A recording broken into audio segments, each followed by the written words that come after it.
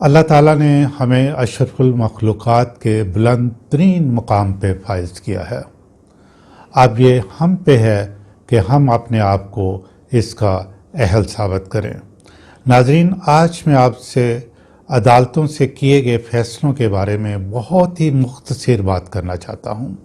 ہم اپنے ملک کے اندر اعلیٰ عدالتوں کے کیے گئے فیصلوں کے بارے میں سنتے اور پڑھتے رہتے ہیں۔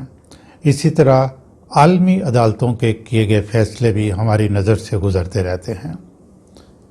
فیصلے صرف عدالتوں میں نہیں ہوتے، فیصلے پنچایت میں، جرگہ میں، اور جب ملازمین کی پروموشن ہوتی ہے وہ بورڈز بھی فیصلے کرتے ہیں۔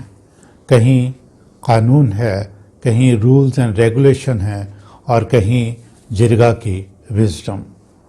ناظرین، ایک بڑا وکیل دنیا کی اعلیٰ ترین یونیورسٹیوں سے فارغ التحصیل، ایک طویل تجربہ رکھنے والا، عالمی عدالت میں نیکڈ آئی سے نظر آنے والی حقیقت، جس کی کہ فزیکل شیپ بھی ہے، اس کو اپنی علمی قابلیت، تجربے کی بنا پہ غلط ثابت کرنے کی کوشش کرتا ہے، اور دنیا جہاں سے آئے ہوئے معزز جج اس کی بات کو بڑے غور سے سنتے ہیں اور پھر وکیل کے حق میں فیصلہ دے دیتے ہیں، اور نیکڈ آئی سے نظر آنے والی حقیقت کے خلاف فیصلہ دیتے ہیں۔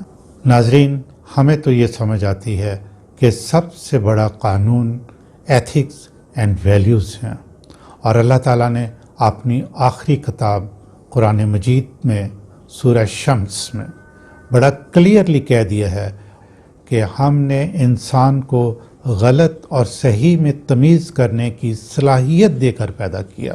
یہ فیصلے سن کر تو ابلیس بھی اللہ تعالیٰ سے کہتا ہوگا کہ اسی لیے تو میں نے حضرت انسان کو سجدہ نہیں کیا تھا۔ اللہ تعالیٰ نے ہمیں اشرف المخلوقات کے اعلیٰ مقام پہ فائز کیا ہے۔ اب یہ ہم پہ ہے کہ ہم اپنے آپ کو اس کا اہل ثابت کریں۔ وما علینا الا البلاغ۔